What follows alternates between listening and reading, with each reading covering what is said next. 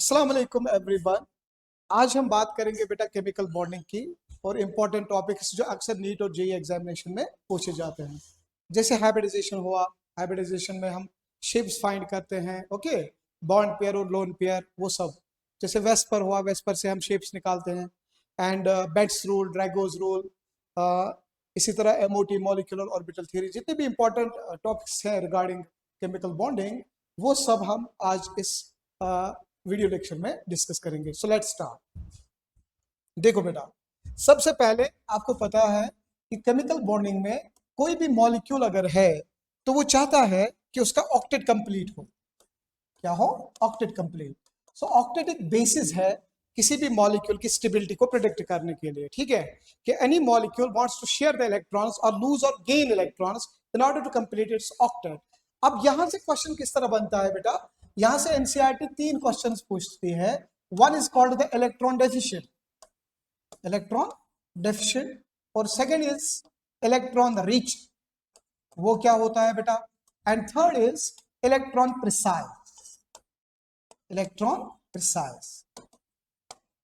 देखो बेटा, जिस भी मॉलिक्यूल में valence electron count VEC less than 8 हो, उन मॉलिक्यूल्स को हम कहते हैं बेटा इलेक्ट्रॉन डेफिशिएंट मॉलिक्यूल्स। लाइक इसमें जो एग्जांपल बनता है हमारा, that is BF3, BCl3, BBr3, ऐसा। ओके, अब यहाँ पे बच्चे को कंफ्यूजन आता है, सर BF3 में होता है सर बैक बॉन्डिंग, क्या बैक बॉन्डिंग से ऑक्टेट कंप्लीट नहीं हुआ? लेकिन याद रखना बेटा, जो बैक बॉन्ड होता है that's not a true bond, that is a pseudo bond, और वो काउंट नहीं होता बेटा, ठीक है। तो ऐसे मॉलिक्यूल्स जिनका वैलेंस इलेक्ट्रॉन काउंट 8 से कम हो, those molecules are electron deficient molecules. अब इलेक्ट्रॉन रिच में ऑब्वियसली ऐसे मॉलिक्यूल्स आएंगे जिनका इलेक्ट्रॉन काउंट 8 से ज्यादा हो, जैसे PCl5। अगर आप PCl5 को देखोगे बेटा, इसमें जो इलेक्ट्रॉन शेयरिंग है, इलेक्ट्रॉन कंट्रीब्यूशन है, that is more than 8, 1 2 3 4 5 6 7 8 9 10. So the total valence electron count is more than 8. Such type of molecules are known as electron rich molecules. Okay बेटा, इसी में आप और एक एग्जांपल ऐड कर सकते हो, SF6 हुआ या IF7 हुआ, राइट। इसी तरह हमारा थर्ड कैटेगरी आता है बेटा electron precise molecules. Electron precise molecules ऐसे मॉलिक्यूल्स होते हैं जिनमें total valence electron count completely octet आए, 8 आए, जैसे CH4। ये मॉलिक्यूल्स कहलाते हैं बेटा electron precise molecule. Okay, so move to next one. अब सबसे इंपॉर्टेंट बात जो है, वो ज्यादा क्वेश्चन जहां से आते हैं वो इधर आएंगे बेटा हाइब्रिडाइजेशन से, या आते हैं बेटा वेस्पर से, या आते हैं MOT से। तो आपको ज्यादा टारगेट यही 3 टॉपिक्स करने हैं। इसके अलावा भी और टॉपिक्स हैं जो इंपॉर्टेंस रखते हैं, but mainly from last few years questions regularly यहां से आ हो रहे हैं, hybridisation of VSEPR and MOT से। देखो बेटा, हाइब्रिडाइजेशन क्या होता है? It is a mixing of orbitals which are of comparable energies to form the new hybridized orbitals, जिनकी एनर्जी, शेप और साइज सारा कुछ सेम हो। अब हाइब्रिडाइजेशन निकालने के मुख्तलिफ फॉर्मूले हैं, जैसे स्टेरिक नंबर से आप निकाल सकते हो, 1/2V plus M minus C plus A से भी निकाल सकते हो, ठीक है। और डिफरेंट आइडिया, डिफरेंट शॉर्टकट्स हैं जिससे आप हाइब्रिडाइजेशन को फाइंड कर सकते हो, ठीक है। और हमने जो क्लास में दिखाया आपको कि वैलेंस इलेक्ट्रॉन काउंट अगर 16 से कम हो तो डिवाइड करना है 2, अगर ग्रेटर देन 16 हो तो डिवाइड करना है 8। हम वही यूज करेंगे क्योंकि उस फॉर्मूले से हमें और भी बहुत सारी चीजें पता चलती है, ठीक है। For example, if we want to find the hybridisation of PCl5, देखो बेटा बॉन्डिंग के लिए पूरे चैप्टर के लिए आपको ये 14 एलिमेंट्स याद रखने हैं। One is boron, carbon, nitrogen, oxygen, fluorine, chlorine, bromine और आयोडीन। और बोरॉन में एल्युमिनियम, सिलिकॉन, फास्फोरस, सल्फर। और इसके अलावा आपको एक्स्ट्रा याद रखना है बेटा जीनान और हाइड्रोजन। जीनान में वैलेंस इलेक्ट्रॉन काउंट 8, हाइड्रोजन में 1। ओके, यहाँ पे 3 4 5 6 और 7, इन सब में वैलेंस इलेक्ट्रॉन्स है 7, इन दो में 6, इन दो में 5, इन दो में 4, इन दो में 3। ओके, जितने भी आपके मॉलिक्यूल्स बनेंगे जो आपके एग्जाम्स में पूछे जाते हैं वो इसी टेबल से आएंगे, ठीक है। और इस टेबल से आपको हर कोई कंपाउंड मिलेगा, ठीक है। और फिर आपको उसी पे हाइब्रिडाइजेशन के फॉर्मूले अप्लाई करने हैं to find the type of hybridisation. जैसे मैंने लिखा बेटा PCl5, अब देखो P यहाँ पे है, Cl यहाँ पे है, P का नंबर है बेटा 5, तो आप लिखोगे 5 प्लस क्लोरीन का नंबर है 7, राइट। अब क्लोरीन नंबर में 5 है तो बन गए 35, so the number is 40, you have to divide it by 8, 8 5 are 40, so 5 मतलब 5 ऑर्बिटल आपको सिलेक्ट करने हैं। हम जानते हैं S का 1 है, P का 3 और D होते हैं बेटा 5। Okay, you have to select the 5 orbitals, so 1 2 3 4 5, so the answer is sp3d। okay, अब यहां से भी क्वेश्चन बनता है which d orbitals involved in hybridization, so this d is their dz square, provided shape हो square, provided shape हो trigonal bipyramidal। अच्छा उतना डीप नहीं पूछता है, sp3d आपको पूछेगा d ऑर्बिटल कौन इन्वॉल्व है, देन डी जेड स्क्वायर, लेकिन ज्योमेट्री होगी टीबीपी। अगर शेप बदलेगी ना स्क्वायर पैरामीटर तो ये डी चेंज होता है बेटा D X square minus Y square में, लेकिन उतना वो नहीं पूछता। जनरली टीबीपी पे क्वेश्चन आते हैं ट्राइगोनल बाय पैरामिडल में, जो हमारा sp3d है that is D Z square. Okay, so ऐसे निकालते हैं आपको हाइब्रिडाइजेशन। अब देखो बेटा यहां से आप इस 5 से आप सिकलटन पे फाइंड करते हो। देखो फास्फोरस को आपको नाम करना है ए, इसके बदले इसके बगैर जितने भी एटम्स बचेंगे उन सबको आपको नाम देना है बी, तो साइड एटम है बी और यहां नंबर है 5। अब ये मैच कराओ 5 5, इनका डिफरेंस है 0, means the compound does not contain any lone pair, तो इस मॉलिक्यूल में कोई लोन पेयर नहीं है, तो मतलब शेप में कोई डिस्टॉर्शन होगा ही नहीं, क्योंकि अगर लोन पेयर की प्रेजेंस हुई provided the molecule is hybridized, और वो लोन पेयर होता है stereochemically active lone pair that distorts the shape or geometry of the molecule।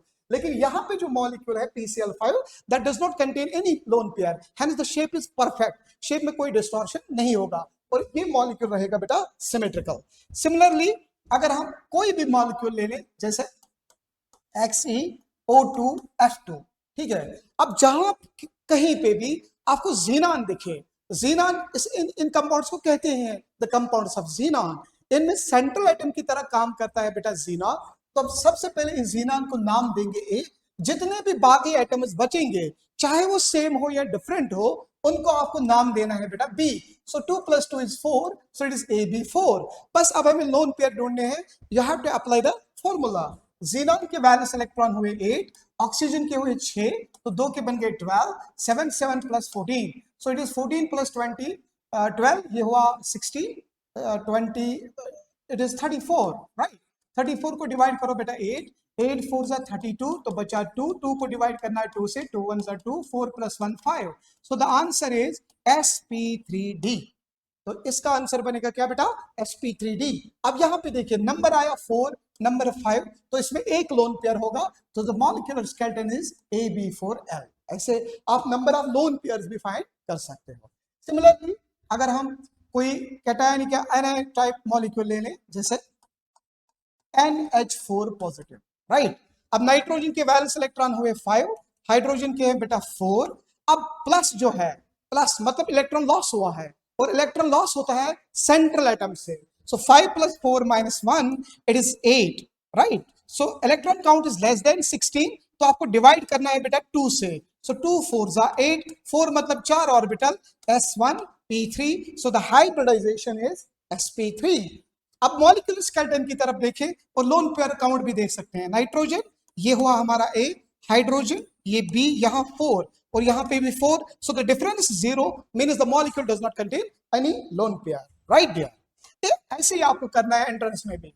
देखो अब मैंने लिखा बेटा यहां मान लीजिए यहां है सल्फर डाइऑक्साइड, सल्फर के वैलेंस 6, ऑक्सीजन के 6, तो मिला के बने 12, नंबर आया बेटे 18, 18 को डिवाइड करना है 8 से, 8 2 = 16, जो नंबर बचेगा 1 के बगैर, 1 के बगैर जो यहाँ नंबर बचेगा उसे ऑलवेज डिवाइड करना है 2 से, सो it is divided by 2, it is 1, 2 + 1 = 3, 3 मतलब 3 ऑर्बिटल sp2।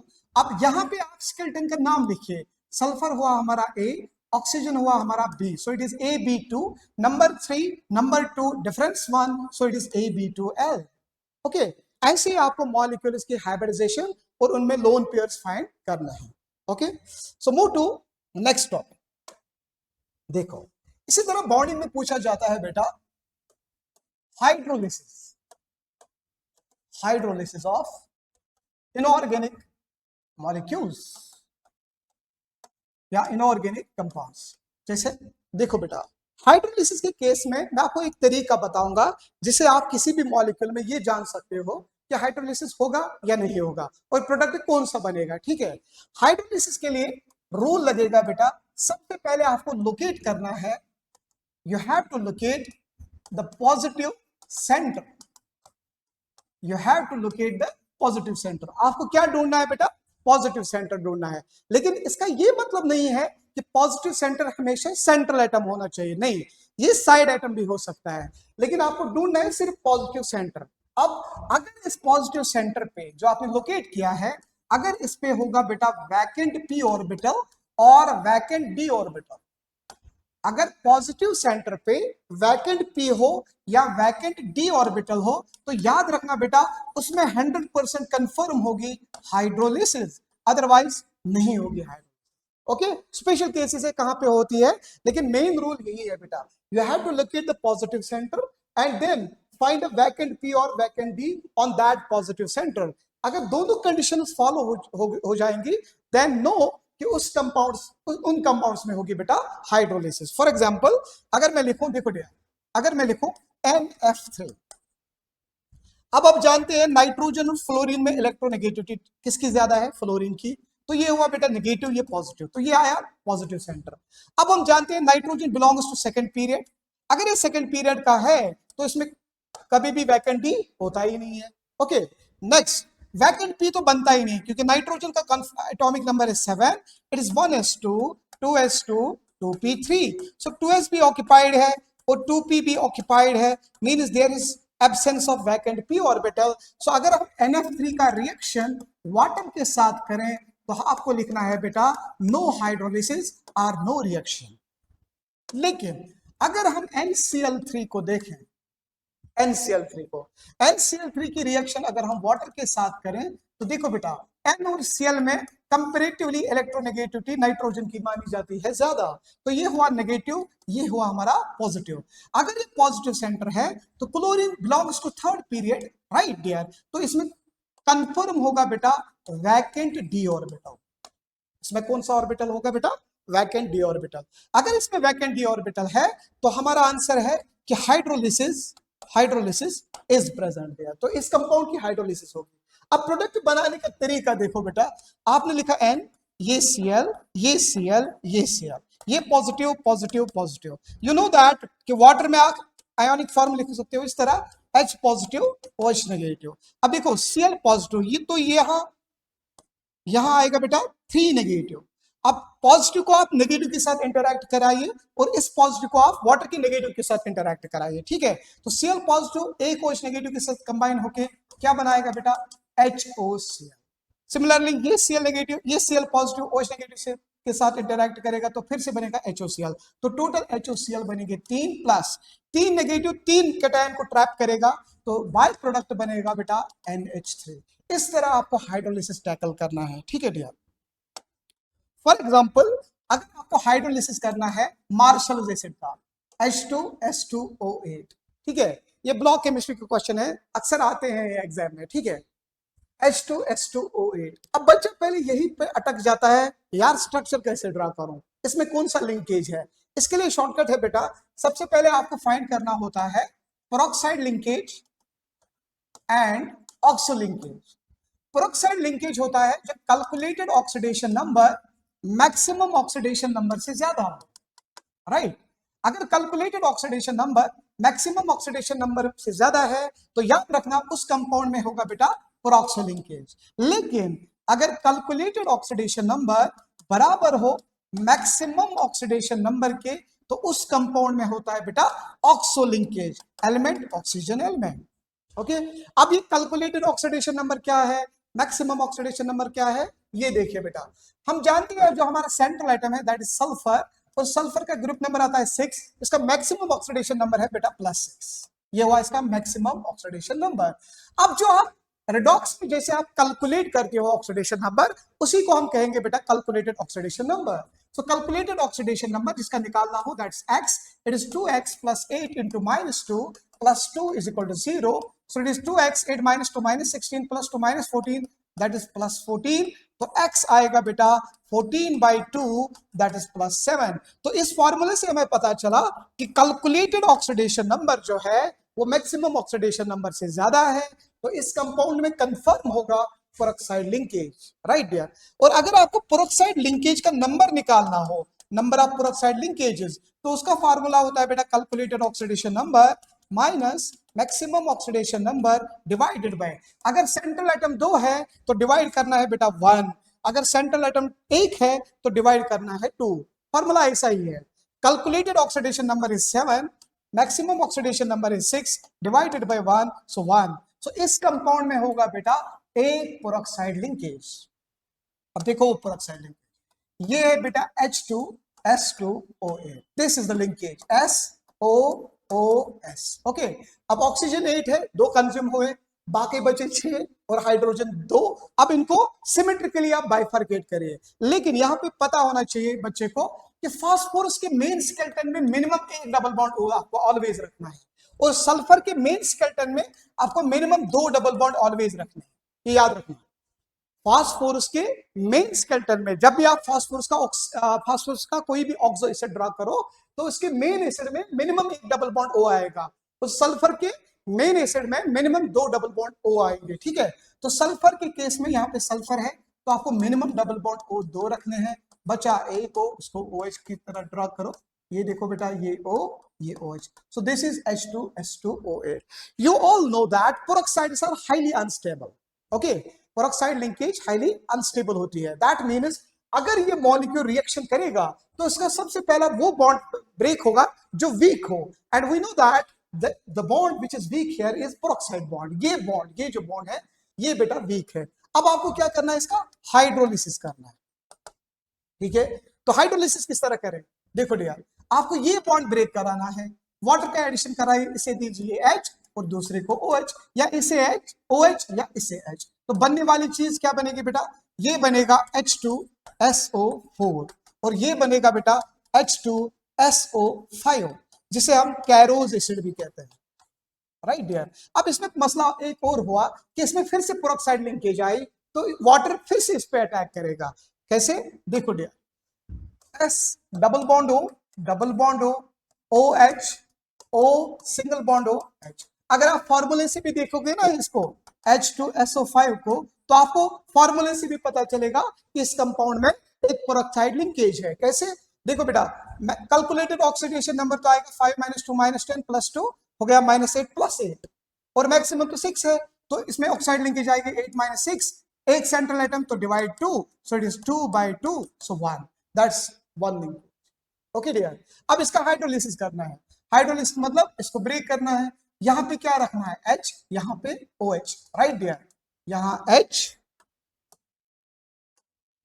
यहां रखो बेटा OH, देखो बेटा अगर मैं OH यहां रख दूं तो कंपाउंड फिर से यही बनेगा, रिएक्शन आगे जाएगी ही नहीं, तो आपको इसे हाइड्रोजन देना है और यहाँ पे OH देना है, तो प्रोडक्ट क्या बनेगा बेटा, ये वाली चीज बन गई H2SO4 और ये वाला चीज बना गया hydrogen peroxide, and that's the net reaction. So combination में जो हमारा H2S2O8 था, जब हमने इसे हाइड्रोलाइज किया, हमें 2 वाटर मॉलिक्यूल्स कंज्यूम हुए, तो प्रोडक्ट क्या बना बेटा, H2SO4 2 times plus hydrogen peroxide, that's it, okay.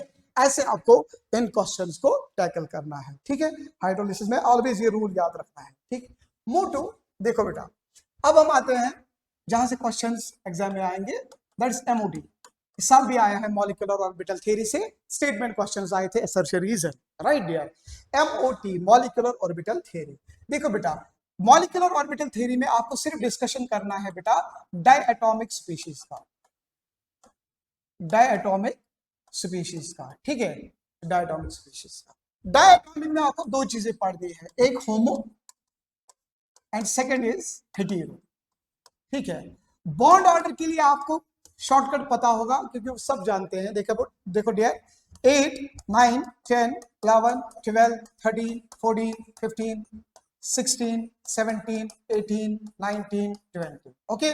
14 के नीचे रखता है 3, फिर 0.55 घटाना है 2.5 2 1.5 1 0.5 0, ऐसे करना है, ठीक है। यहाँ पे भी 2.5 2 1.5 1 0.5 एंड 0, ये ट्रिक आपको लगानी। लेकिन अब क्या फंसोगे एक क्वेश्चन पे, और वो एग्जाम ने ऑलरेडी जेई ने पूछा है, that is CO and CO positive, CO and CO positive. याद रखना बेटा, CO का बॉन्ड ऑर्डर, आप इलेक्ट्रॉन काउंट देखोगे, CO में 6 + 8 हुआ 14, तो कार्बन मोनोऑक्साइड में या कार्बोनाइल कंपाउंड में इलेक्ट्रॉन काउंट आता है 14, तो इसका बॉन्ड ऑर्डर आना चाहिए 3, और वो सही है, बॉन्ड ऑर्डर इज 3।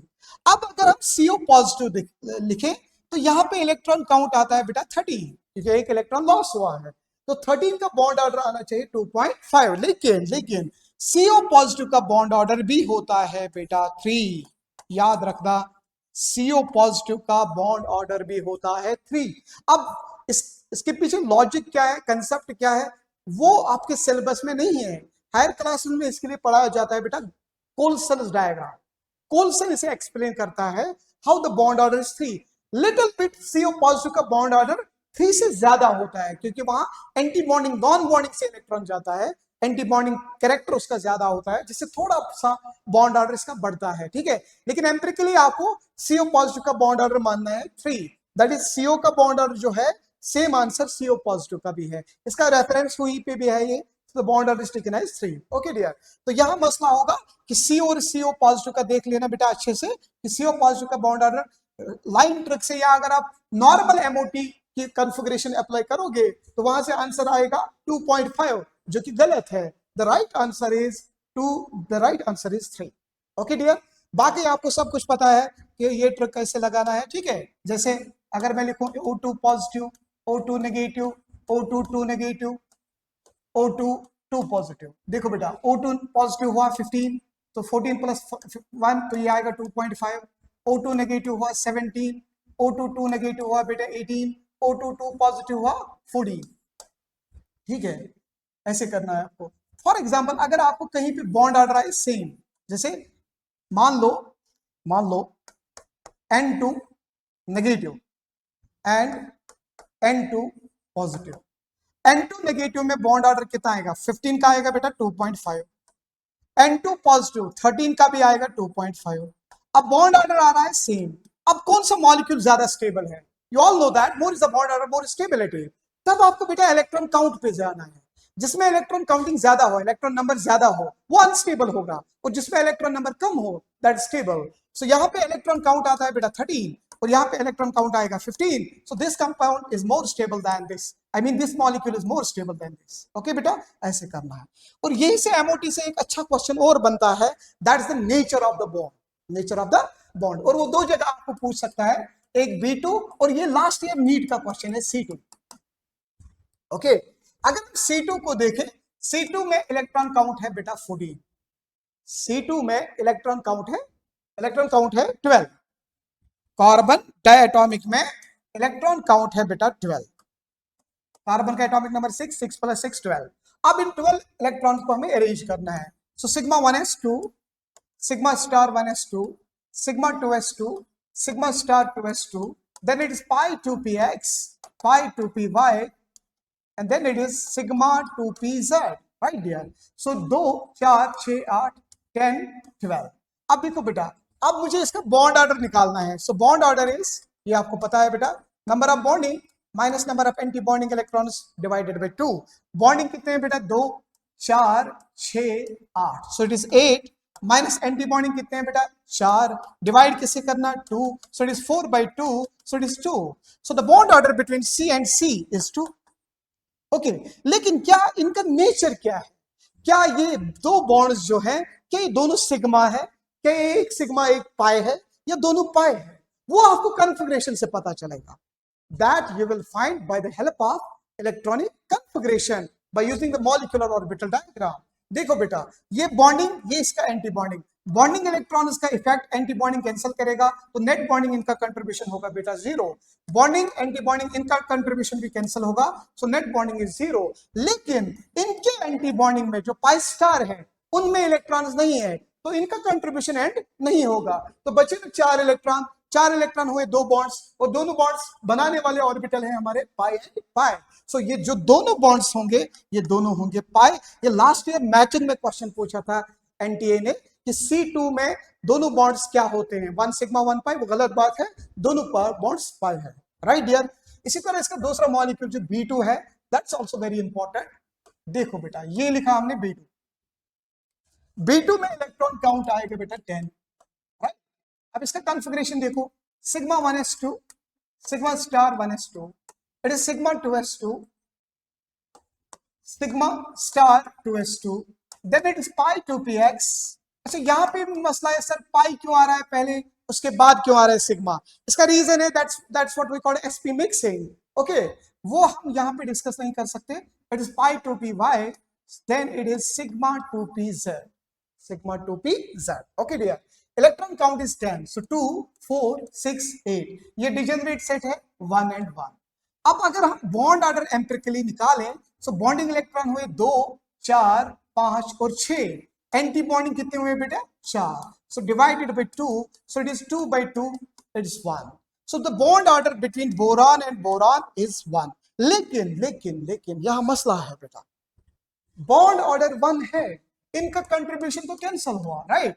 बचा सिर्फ ये ओवरलैपिंग, यहां पे 4 है, पाई 2px, px px के ओवरलैप से बना है, पाई 2py, py py ओवरलैप से बना है। तो ओवरलैपिंग में ऑर्बिटल इन्वॉल्वमेंट 4 है, लेकिन electron 2 he. I hope you understand कि मैं क्या कहना चाहता हूं। पाई 2px, इसमें px px इन्वॉल्व है, लेकिन इलेक्ट्रॉन एक ही है इस वाले ओवरलैप में। पाई 2py, py py ओवरलैप तो py py है, लेकिन इलेक्ट्रॉन इन्वॉल्वमेंट 1 है। तो कायदे से लिखना चाहिए कि इसका बॉन्ड ऑर्डर होना चाहिए बेटा half of pi plus half of pi, जो मिला के हम टोटल ग्रैंड में लिखते हैं, the bond order is 1, otherwise it is half pi, क्योंकि ओवरलैपिंग इन्वॉल्वमेंट, यहाँ पे ओवरलैपिंग में इन्वॉल्व है 4 ऑर्बिटल्स, ओके बेटा, px के 2 और py के 2, ये भी इंपॉर्टेंट है। So the type, the first bond is not sigma, it is rather pi, okay. बस ये आपको देखना है एमओटी में। Move to next. देखो डियर, अब मैंने लिखा NO, NO में इलेक्ट्रॉन काउंट आता है 15।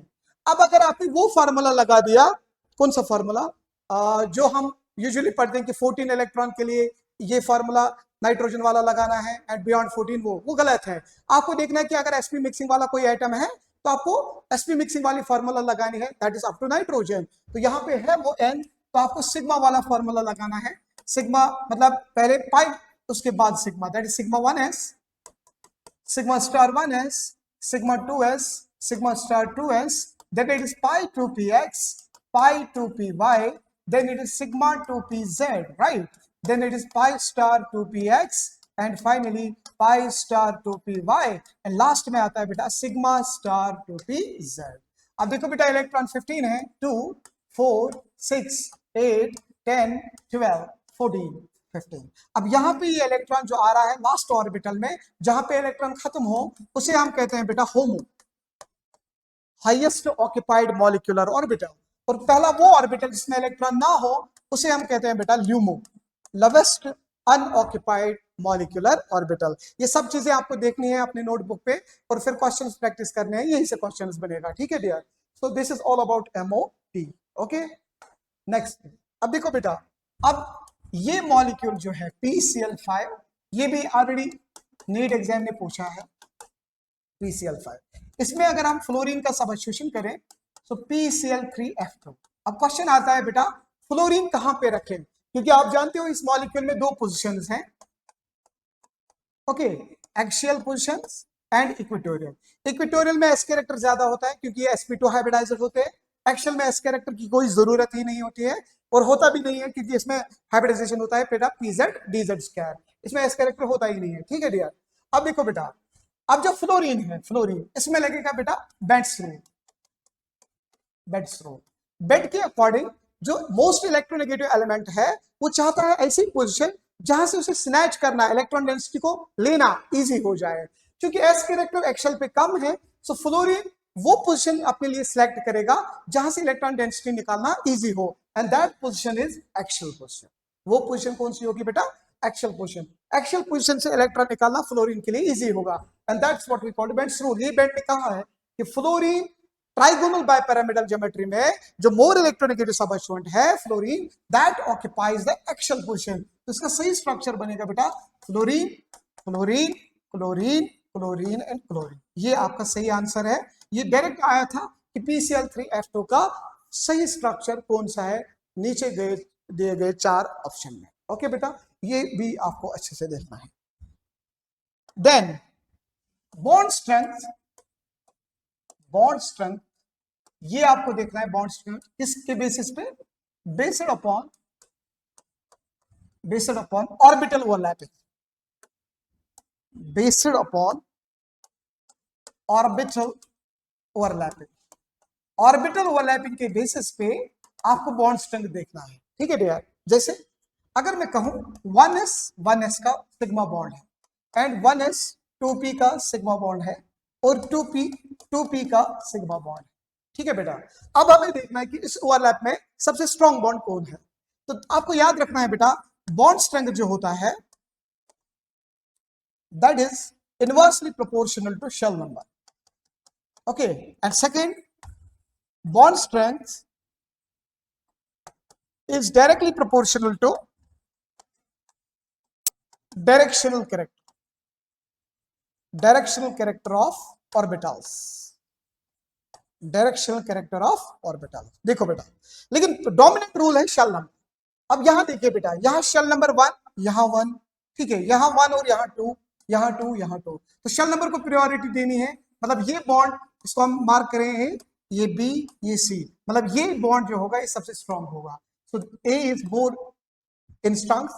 अब यहां देखो बेटा, शेल नंबर 1 2, शेल नंबर 2 2, तो फिर से प्रायोरिटी जाएगी शेल नंबर को, then it is B, then it is C, okay dear. अगर हम ऐसा लिखे 2s 2s 2s 2p 2p 2p, अब अगर हम इन तीन ने ये पांचों को भी कंपेयर कर सकते हैं, बॉन्ड स्ट्रेंथ देखें तो प्रायोरिटी देनी है बेटा शेल नंबर को। अब तीनों में शेल नंबर सेम है, then jump to the directional character, फिर आपको आंसर निकालना है डायरेक्शनल कैरेक्टर से। और डायरेक्शन किसकी है बेटा? नॉन डायरेक्शनल, क्योंकि एस ऑर्बिटल स्फेरिकल शेप, इसका कोई डायरेक्शन होता ही नहीं है, ठीक है dear. So non directional with directional and directional with directional. So अगर हम इसे मार्क करें C D E, so it is E greater than D greater than C. तो इसको भी आप अच्छे से देखिए, बॉन्ड स्ट्रेंथ से क्वेश्चंस आने के चांसेस हैं, ओके। चलो then move to bond angle comparison, ये भी इंपॉर्टेंट है, bond angle comparison. Usually NEET level में या जेईई लेवल में मैक्सिमम आपको 4 मॉलिक्यूल्स वो कंपेयर कराएगा, ठीक है। तो 4 मॉलिक्यूल्स कंपेयर करने के लिए आपको वेस्पर के 3 रूल्स आने चाहिए, valence shell electron pair repulsion के 3 रूल्स। व्हाट? वो 3 रूल्स क्या है? Bond angle inversely proportional to number of lone pairs on central atom. Second है बेटा bond angle directly proportional to electronegativity of central atom, and third rule is bond angle is inversely proportional to electronegativity of side atom, okay। लेकिन इन 3 से ज्यादा priority पहले आप answer करोगे by using hybridization, because you all know that sp sp2 sp3 सबसे highest bond angle होता है sp में 180 डिग्री, sp2 में बेटा 120 एंड sp3 में 109 डिग्री, 0.28 मिनट्स या 5 मिनट्स ऐसे। प्रायोरिटी वाइज पहले हाइब्रिडाइजेशन निकालना है इसे आंसर, एंड देन जब दीज 3 रूल्स, ओके। इनका प्रायोरिटी रूल भी यही है, तो पहले ये लगाना है, फिर ये, फिर ये। अगर हम इसको यूज करें for example NH3 H2O SO2 CO2, अब हमें बॉन्ड एंगल कंपेयर करना है। First find the type of hybridization, so it is sp3, ये भी बेटा sp3, और ये sp2 और ये sp। तो प्रायोरिटी जाएगी पहले हाइब्रिडाइजेशन को, जिसका s कैरेक्टर ज्यादा उसका बॉन्ड एंगल ज्यादा, so it is CO2, then it is SO2। अब यहां पे मसला है कि दोनों का हाइब्रिडाइजेशन सेम है। अब स्केलेटन लिखिए बेटा, ये आएगा AB3L, क्योंकि नंबर sp3 में नंबर आता है 4, sp3 में नंबर आता है 4, तो ये बनेगा बेटा AB3L, लेकिन ये बनेगा बेटा AB2L। अब लोन पेयर यहाँ पे AB2L2 बनेगा, यहाँ पे लोन पेयर 2 है, तो सेंट्रल एटम में लोन पेयर 2, तो बॉन्ड एंगल इसका कम होगा और इसका ज्यादा होगा, सो it is NH3 and finally it is H2O। ये चीजें आपको याद रखनी है केमिकल बॉन्डिंग में, और बहुत सी सारी चीजें हैं, जैसे आयनिक को हमने छेड़ा ही नहीं है क्योंकि उसमें टाइम ज्यादा लगेगा, ठीक है बेटा। और आपको डाइपोल मोमेंट और हाइड्रोजन बॉन्डिंग को भी देखना है, ठीक। तो तब जाके आप पूरी केमिकल बॉन्डिंग को अच्छे से इसके सारे क्वेश्चंस लगा सकते हो। और इजी चैप्टर है, स्कोरिंग चैप्टर है, यहाँ से कम 2 3 4 क्वेश्चंस भी एग्जाम में पूछे जाते हैं। सो थैंक यू, मिलते हैं नेक्स्ट वीडियो लेक्चर में जहां पे हम केमिकल और आयनिक इक्विलिब्रियम पे बात करेंगे। ठीक है, टिल देन अल्लाह हाफिज।